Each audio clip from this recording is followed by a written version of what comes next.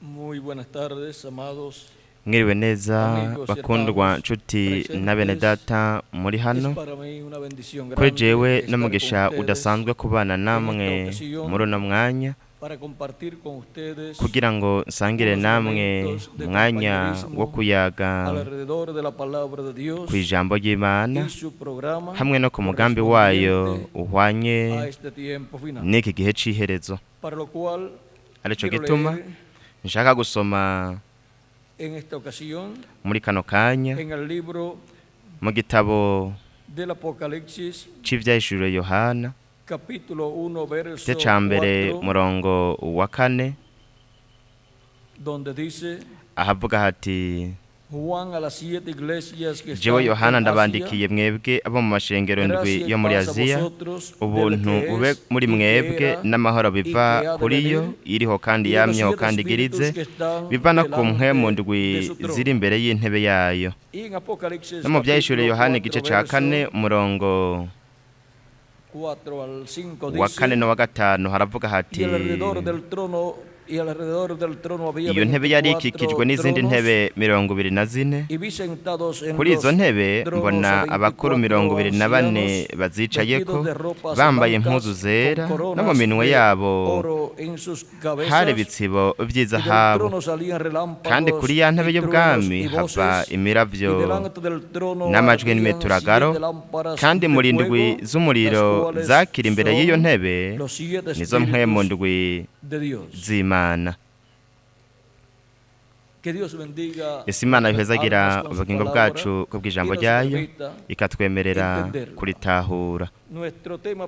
Icigwa cacu mw'uno mwanya ni impwemu ndwi ziri imbere y'intebe y'ubwami. Ni impwemu ndwi z'Imana ziri imbere y'intebe y'ubwami. Murashobora gufata ivyicaro vyanyu.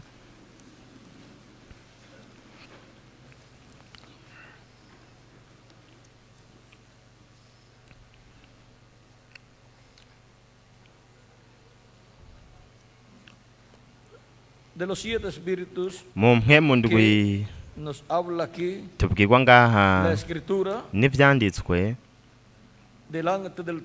ziri imbere y'intebe y'ubwami y'Imana. Mwitegereze namwe, twasomye ahantu habiri, kandi bonaho reka dusoma ahandi hantu. Vyahishuwe igice ca 5 murongo wa 5 no 6 havuga hati, umwe muri ba bakuru arambarira ati, ntacurira, intambwe yo mu muryango wa Yuda, umunago w'ishitsi ca Dawidi, yaranesheje ngo azingurure igitabo amene ibikimatanije ndwi. Mbona hagati ya ntebe na vya binyabugingo 4 no hagati y'aba bakuru umwagazi w'intama ahagaze asa n'uwishwe, afise amahembe ndwi n'amaso ndwi. Nivyo mpwemu ndwi z'Imana zatumwe kwama zija mw'isi yose. Araza agikura mu kuboko kw'iburyo kw'ivyagiye kuri ya ntebe. Aha kandi dushobora kubona izo mpwemu ndwi z'Imana, kandi izo mpwemu ndwi z'Imana ni amaso ndwi ari ku mwagazi w'intama. Aha amahembe ndwi ariko amaso ndwi ni ibihendwe by'ishengero ry'abanyamahanga hamwe n'abamarayika ndwi ntumwa bo mwami Yesu Kristo. Kandi mwitegereze namwe ingene Imana ishushanya ngaha muri iki canditswe ishengero ry'umwami Yesu Kristo hamwe n'abamarayika ndwi ntumwa, ikabashushanya nk'amahembe ndwi y'umwagazi w'intama ari kwa maso ndwi. Buri jisho riri kuri buri hembe, no kuvuga ngo buri ntumwa muri buri gihe c'ishengero ry'abanyamahanga. Ndetse kandi yashushanyije ishengero ry'iwe Yesu Kristo nk'igiterekwa kw'amatara, igiterekwa kw'amatara kiriko amatara ndwi, nuko buri tara rirafise urutambi rwakijwe n'umuriro wa mpwemu yera. Iryo ni ishengero rya Yesu Kristo rica mu ntamboko ndwi canke mu bihendwe vy'ishengero hamwe n'abamarayika ndwi intumwa. Ni mpwemu wa Kristo yigaragariza muri uko kwigaragaza indwi guhambaye mu bihendwe vy'ishengero ry'abanyamahanga. Murabe, amaso muri Bibiliya ashushanya abahanuzi bavugishwa n'Imana canke intumwa, kandi izo mpwemu ndwi z'Imana ni ukwigaragaza ndwi kw'Imana biciye muri buri ntamboko y'ishengero, biciye mu ntumwa ya buri gihe. Mu yandi majambo, aba bamarayika ndwi ntumwa b'ibendwe by'ishengero ry'abanyamahanga ni amaso ndwi y'uhoraho akwiragira mu isi yose, kandi niyo Imana yavuze mu isezerano rya kera mu gitabo cy'umuvugishwa n'Imana Zekariya mu gice cya 3 ku murongo w'9 haravuga hati, eheraba ibuye nshize imbere ya Yosuwa, kuri iryo buye rimwe hariko amaso ndwi, ehe nzorica ko amagagwe niko Uhoraho nyene ngabagize, kandi ukugabitanya kw'ico gihugu nzogukuraho umunsi umwe. Hanyuma mu gice ca 4 mu gice nyene mu gitabo nyene cy'umuvugishwa n'Imana Zekariya haratubwira hati, murongo w'10, mbega hari uwogaye ibikira umugeri ku munsi w'intangamarara, bazonezerwa babonye karisho mu ntoki za Zerubabeli, ya yandi ndwi nizo nyonga z'Uhoraho zinyuranganya mu isi yose hirya no hino. Igice ca 3 n'igice ca 4 cyo muri Zekariya turabona Imana yerekana hano ishengero ryayo hamwe n'abamarayika ndwi ntumwa b'ishengero ryayo, hanyuma ikerekana kw'iherezo imyelayo ibiri hamwe n'amashami abiri yo mwerayo nk'abasigo babiri bari imbere yo kugaragara kw'Imana. Haravuga mu gice cya 4 umurongo wa 11 na 14 haravuga ngo, maze ndamubaza nti, irya myelayo ko ari ibiri, umwe ari buryo bw'igitereko kw'amatara, ubundi ukaba ibumoso, isobanurwa ite? Nongera kumubaza ubugira kabiri, ntarya amashami abiri y'imyelayo ari impande zombi z'imibirikira y'izahabu uko ari ibiri, akikamuramwo amavuta asa n'izahabu, asobanurwa ate? Arambariye atarya ntuzi uko asobanurwa? Ndamwishura ntoyaye mugenzi, arambariye atarya ni bamwe babiri barobanuje amavuta bamwe bahagaze hafi ya nyene isi yose.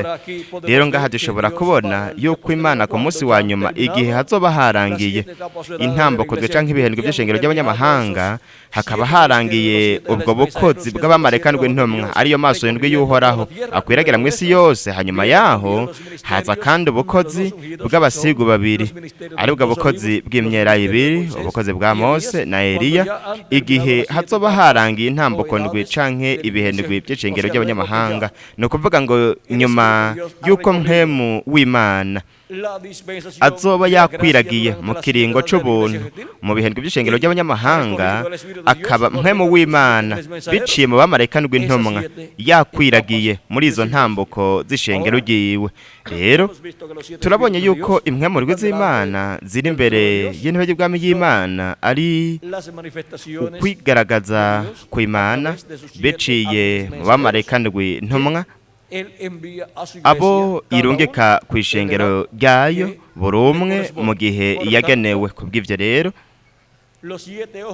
amaso ndwi y'Uhoraho akwiragira mu isi yose bishikirizwa muri buri umwe mw'abo bamarayika ndwi ntumwa, kandi abamarayika ndwi ntumwa bose ni amaso ndwi y'Uhoraho akwiragira mu isi yose, kuko muri bo niho mpwemu w'Imana ari, mpwemu wa Kristo niho yigaragariza muri buri umwe muri izo ntambuko z'ishengero ry'abanyamahanga. Mu byeshu igice cya 3 umurongo wa 1 haravuga hati, wandikire umumarayika w'ishengero ry'Isarudi utufise impwemu ndwi z'Imana n'inyenyeri ndwi, aravuga ibi ngo, ndazi ibikorwa byawe kuvugwa kuri muzima ari kuri wapfuye. Rero murabe uwufise mu kuboko kw'iburyo afise iki? Afise impwemu ndwi z'Imana hamwe n'inyenyeri ndwi. Haravuga nuko havuga. Rero mwitegereze namwe, mbega ninde afise inyenyeri ndwi hamwe n'impwemu ndwi z'Imana? Ni Kristo, ubwo ni Imana. Mwitegereze kandi igaragaza izo mpwemu ndwi z'ubukozi, izigaragariza mu bihendwe by'ishengero ry'abanyamahanga. Kandi ku munsi wa nyuma mpwemu yera nyene umwe yari ari mu bamarayika ndwi ntumwa hagati mu ishengero ry'Umwami Yesu Kristo. Ku munsi wa nyuma uwo mpwemu yera nyene azoba yambaye umubiri w'umuntu muri marayika we ntumwa wo ku munsi wa nyuma, agaragaza ubukozi bwa Mose n'ubwa Eliya, ari bwo bukozi bw'abasigo babiri bari imbere yo kugaragara kw'Imana. Dutegerezwa gutahura ko imana ibyo ifise mu ngoro iri mu ijuru ari navyo igenda igaragaza uva mu ntambo kuja mu yindi uva no mu gihe uja mu kindi ikabigaragaza mu ishengero ryayo. Nico gituma ivyo we ubona mu ijuru hanyuma bigaragazwa mu ishengero ry'umwami Yesu Kristo. Ivyo byose kandi byari byarashushanijwe mu bintu byari biri mu ngoro yubatswe na Salomo hamwe n'ingoro yubatswe na Mose. Nico gituma mu ngoro umukundwa wacu umwami Yesu Kristo ariko arubaka naho nyene hategerezwa kwigaragariza ibintu byose biri mu ngoro y'Imana mu ijuru, kandi atari mu bintu vy'ivyuma canke vy'imbaho nk'ivyari mu ngoro ya Mose canke mu rushengero rwa Salomo, ariko mu biremwa abantu. No kuvuga ngo mu bantu bitegerezwa kwigaragaza ivyo bintu byose biri mu ngoro y'Imana iri mu ijuru, nuko bikaba byarashushanijwe hariya mu ngoro ya Mose n'iya Salomo. Ubu bitegerezwa kwigaragariza bikigaragariza mu ishengero ry'umwami Yesu Kristo, ariyo ngoro y'umukundwa wacu umwami Yesu Kristo, kandi ivyo bigaragarizwa mu biremwa abantu. Nico gituma amatara ndwi yo kugiterekwa kw'amatara, igiterekwa kw'amatara kiriko amatara ndwi ari ishengero ry'umwami Yesu Kristo hamwe n'ibihendwi by'ishengero, kandi intambi ndwi zakijwe zo kugiterekwa kw'amatara.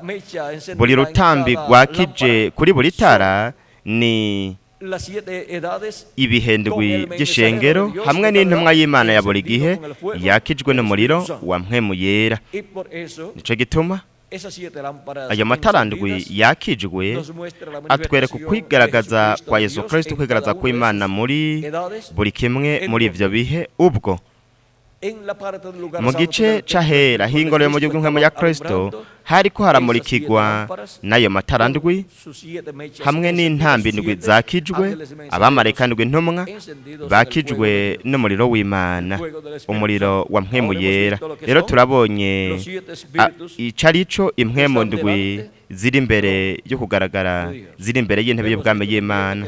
Twabonye kandi n'icarico imyelayo ibiri hamwe n'amashami abiri y'imyelayo ari ngaha, buri shami rimwe iruhande rw'igiterekwa kw'amatara, n'abasigo babiri bari imbere yo kugaragara kw'Imana. Kandi mu kugaragazwa kw'ubwo buvugishwa, Imana itegerezwa kubugaragaza ishize mu ishengero ryayo ubukozi bwa Mose n'ubwa Eliya, aribwo bukozi bw'imyelayo ibiri yo mu vyejuru igice ca 11 murongo wa 3 kabandanya. Ubukozi buhwanye n'iki gihe c'iherezo, nyuma yuko hazoba harangiye intambuko ndwi canke ibihendwi by'ishengero ry'abanyamahanga. Rero turabonye ingene Mpwemu w'Imana yamye yigaragaza mu ntambuko canke mu bihe by'ishengero rya Yesu Kristo. Izi ntambuko ndwi zamaze guhera, naho kandi turabonye n'ingene azokwigaragaza muri iki gihe c'iherezo biciye mu basigo babiri mu myelayo ibiri, aribwo bukozi bwa Mose na Eliya. Kandi umwe nyene yigaragaza mu ntambuko canke mu bintu by'ishengero ry'abanyamahanga Yesu Kristo muri Mpwemu yera biciye mu bamarayika ndwi ntumwa, niwe ku munsi wa nyuma azoba ariko yigaragaza mu gushitswa ko kuza kw'abasigo babiri, aho Kristo azoshira muri marayika wiwe ntumwa ubukozi bwa Mose na Eliya, ubwo bukozi bubiri bw'abasigo babiri, kugira ngo ashitse isezerano ryiwe rihwanye n'iki gihe c'iherezo. Kandi Kristo biciye muri marayika wiwe ntumwa azoba ariko arakora ubukozi bwa Mose mu ncuro ya kabiri, n'ubwa Eliya mu ncuro ya gatanu, n'ubwa Yesu mu ncuro ya kabiri. Kandi ivyo nivyo nk'uko ivyanditswe bivuga, nivyo yasezeranye ishengero ryiwe muri iki gihe c'iherezo. Rero dushobora kubona yuko ivyabonetse mu ijuru bikabonwa na Mose mu ngoro y'Imana yo mu ijuru, ndetse n'abandi bavugishwa n'Imana n'intumwa z'Imana, nivyo Kristo yamye agaragaza ngaha ku isi biciye mu ishengero ry'abanyamahanga, kuko Yesu Kristo ariko yubaka ingoro yo mu buryo bw'impwemu, kandi itegerezwa kubakwa nk'uko ingoro yo mu ijuru yubatswe, nk'uko Mose nawe ihema yaryubatse ashingiye ku gishushanyo c'ingoro iri mu ijuru, hamwe kandi n'ingoro umwami Salomo nawe nyene yubatse. Rero dushobora kubona ko ahera ha cyane hari abakerubi babiri b'igiti cy'umwelayo banini mu ngoro yubatswe na Salomo, ndetse kandi hari abakerubi babiri b'izahabu mu kibanza ku mutemere wo guhongerako. Kandi nihe none tubona ubukozi bw'abasigo babiri. Nuko rero tubusanga ngaho nyene ahera ha cyane, bushushanijwe n'abakerubi babiri b'izahabu bariko mutemere wo guhongerako, n'abakerubi babiri b'izahabu b'igiti cy'umwelayo, abakerubi banini, kandi munsi y'amababa y'abo bakerubi hari isanduku y'isezerano. Rero dushobora kubona yuko mu gihe cyahera ha cyane, ico gihe cebere kubitse furuka, Yesu Kristo azoshira ubukozi bw'abakerubi babiri b'izahabu n'abakerubi babiri b'igiti cy'umwelayo, ari bwo bukozi bw'imyelayo ibiri, n'ubukozi bwa Mose n'ubwa Eliya, buriko bwongera kugaragazwa ku isi mu ishengero ry'umwami Yesu Kristo. Kandi ubugaragaza ubwo bukozi ni Impwemu yera, marayika w'isezerano Yesu Kristo muri Impwemu yera, biciye muri marayika w'intumwa muri iki gihe c'iherezo, ari nawe arungika kugira ngo ashingire nayo ibintu byose biterezwa kubaho vuba muri iki gihe c'iherezo, nk'uko yabivuze mu byashiwe 22:16 ati jewe Yesu ntumye mu marayika wanje gushingira intahe mwebwe ivyo kubw'amashengero. No mu byashiwe igice cya 4 umurongo wa mbere haratubwira, mu gice cya kabiri cy'umurongo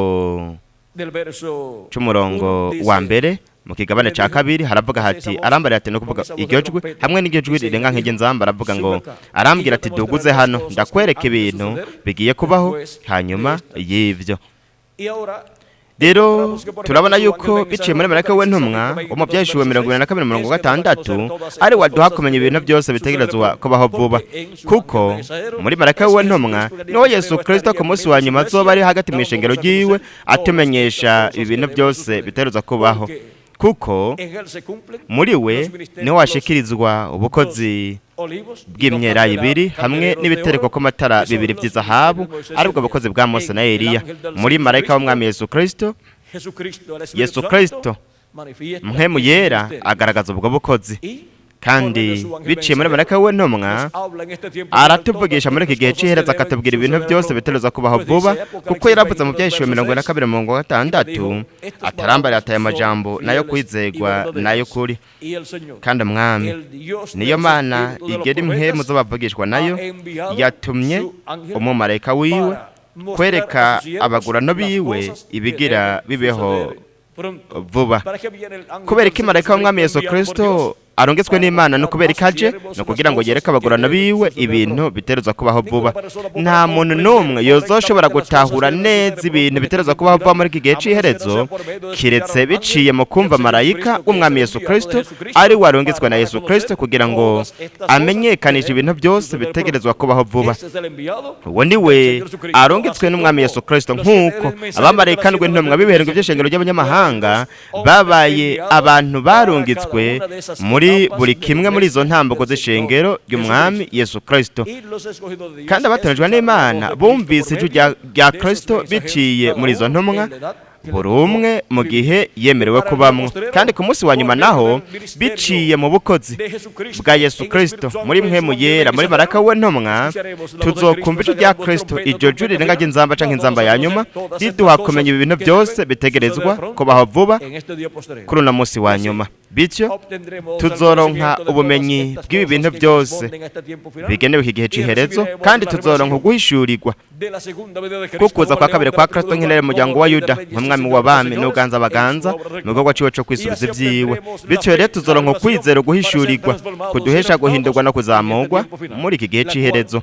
Ariko kwizera guciga nino kukavuga kukuza kwa kabiri kwa Kristo nk'intare yo mu muryango wa Yuda, nk'umwami w'abami n'uganza baganza mu gikorwa ciwe co kwisubiza ivyiwe. Rero murabe igituma arungika abamarayika biwe ubukozi bwa Mose na Eliya muri iki gihe c'iherezo, no kugira ngo bahamagare begeranya abatonejwe bo ku munsi wa nyuma bashire hehe mu gihe c'iherezo bizefuruka, kandi babategure babaho kwizera guhishurirwa kubahesha guhindurwa no kuzamurwa muri iki gihe c'iherezo. Bityo turonka ubumenyi bw'ibintu byose biterezwa kubaho muri iki gihe c'iherezo, nk'uko yarungitse abamarayika n'intumwa buri umwe mu gihe yagenewe kugira ngo biciye mw'abo bamarayika ntumwa ahamagara yegeranya abatonejwe biwe mu ntambuko ndwi canke mu bihendwe by'ishengero ry'abanyamahanga. Rero turabonye impwemu ndwi ziri imbere y'intebe y'ubwami y'Imana. Twabonye ico ivyo ari vyo mu gushitswa kwavyo hagati mu ishengero rya Yesu Kristo, no kwigaragaza kwa mpwemu yarabiciye mu bamarayika ndwi ntumwa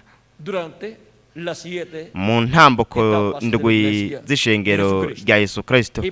Kandi ku munsi wa nyuma naho turafise imyelayo ibiri hamwe n'abakerubi babiri b'izahabu, ari nabo kandi ari ibiterekwa kw'amatara bibiri vy'izahabu biri imbere yo kugaragara kw'Imana.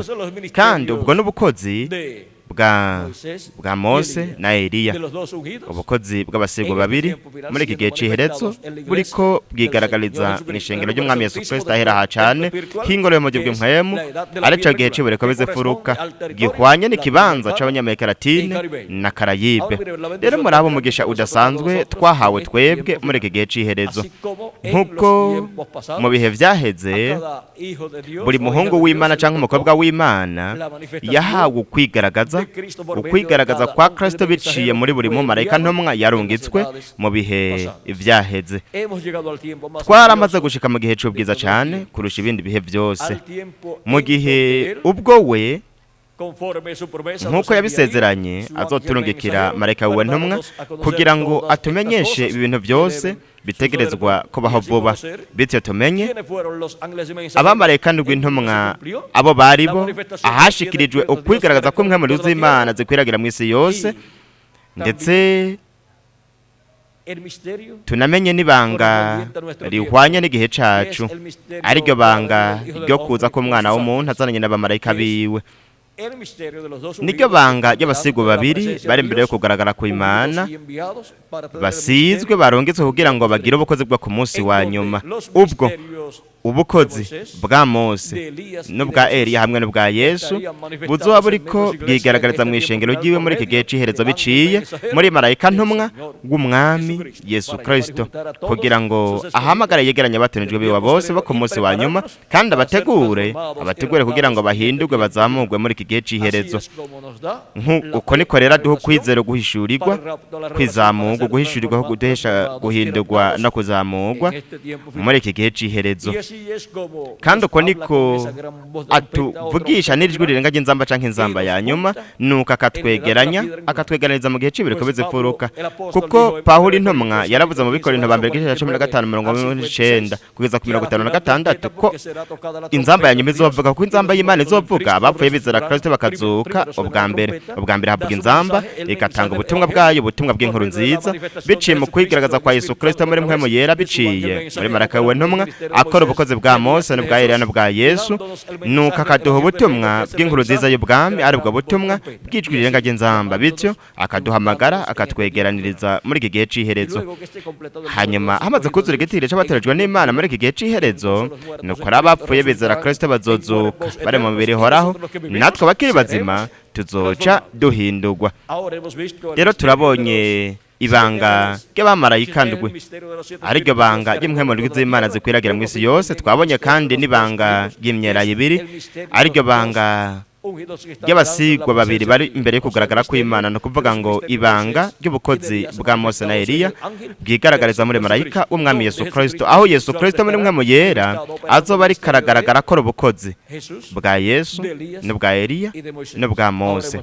Rero turabonye ayo mabanga y'Imana, ayo muri iki gihe c'iherezo azoba ari karahishurirwa mu mwuzuro ishengero ry'umwami Yesu Kristo. Rero nk'uko abamarayika ndwi ntumwa b'ibihendwe by'ishengero ndetse kandi n'imyelayo ibiri, aribwo bukozi bwa Mose na Eliya muri marayika wa Yesu Kristo, nk'uko ibyo byose byari mu ngoro y'Imana yo mw'ijoro, ndetse kandi bikanashushanwa no mu ngoro yubatswe na Salomo hamwe no mu ihema ryubatswe na Mose. Ubu naho rero mu ishengero rya Yesu Kristo ibyo byose kandi biriko biragaragazwa.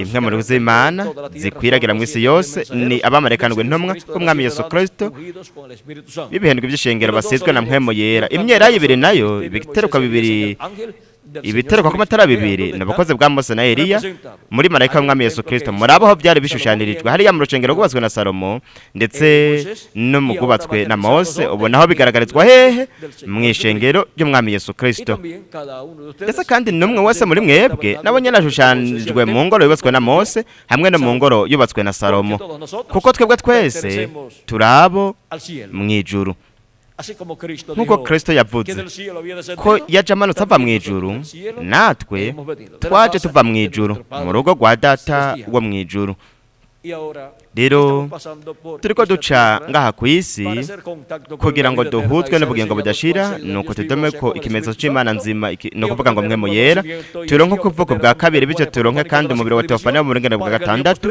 kugira ngo ku munsi wa nyuma abapfuye bizera Kristo bazozuke mu mubiri horaho natwe abakiri bazima duhindugwe turonke umubiri horaho tumere co kimwe n'umukundwa wacu umwami Yesu Kristo turabonye ayo mabanga y'ubwami bw'Imana kubera iki kuko mwebwe nimwe mwahawe kumenya amabanga y'ubwami bw'Imana Yesu imigisha y'umukundwa wacu umwami Yesu Kristo yoba kuri mwebwe mwese no kuri jewe nanje kandi ese yo twuzuza ubumenyi bw'ibintu byose biterezwa kubaho vuba biciye mu bukozi bwa marayika w'umwami Yesu Kristo aho we akorera ubukozi bwa Mose n'ubwa Eliya n'ubwa Yesu muri iki gihe c'iherezo kandi ese vuba ho kuzura igitirigiri c'abatorejwe n'Imana mu mubiri w'ibanga wa Kristo vuba bapfuye bizera Kristo bazuke bari mu mubiri horaho natwe bakiri bazima duhindugwe hanyuma twese tuje mu birori by'ubukwe bw'umwagazi w'intama turi kumwe n'umukundwa wacu umwami Yesu Kristo mwizina rihoraho ry'umwami Yesu Kristo amen kandi amen byiza kuri jewe ryari bakora ridasanzwe kubana namwe muri kano kanya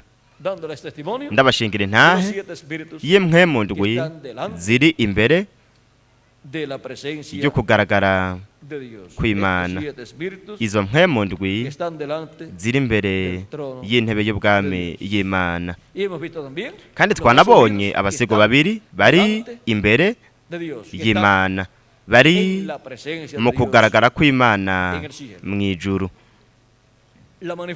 ukwigaragaza cyangwa kuza kwa Kristo mu myaka 2000 iheze kwabaye ukwigaragaza ko urukundo rw'Imana kuko yaravuze ngo kuko urukundo Imana yakunze abari mu isi rwatumye itanga umwana wayo ukeneke kugira ngo mwizera wese ntazapfe rubi ariko ahabwe ubugingo budashira ndetse kandi na Yesu Kristo kurugika abamarayika ndw'intumwa bibehenga iby'ishengero ry'abanyamahanga izo mpwemu ndwi z'Imana zikwiragira mu isi yose kwabaye ukwigaragaza ku rukundo rw'Imana urukundo rwa Kristo ubwo akunda ishengero ryiwe ndetse no kurungika ku munsi wa nyuma imyera ibiri n'ibitereko ku matara bibiri biri imbere yo kugaragara kw'Imana nako nyene no kwigaragaza ku rukundo rw'Imana urukundo rwa Kristo ubwo akunda ishengero ryiwe ndetse n'ishengero ryiwe umugeni w'umwagazi w'intama ndetse na buri umwe wese muri mwebwe ku giti ciwe no kuri jewe nanje Imana ibahezagire kandi barinde hamwe natwe bundi busha Revera Miguel Bermudez Marine kugira abandanye